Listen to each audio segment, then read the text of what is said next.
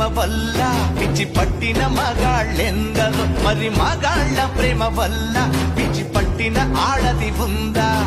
ఆడదాని వల్ల సన్యాసులైన పురుషులెంత మందో, మన పురుష జాతి వల్ల కాషాయం కట్టిన ఒక్క ఆడదుందా? ఆడదానికై మగాడొకడు తాజ్ మహల్ కట్టగా, మగవాడి కోసమయ్యే ఆడదైనా చిన్న గుడిసె కట్టిందా?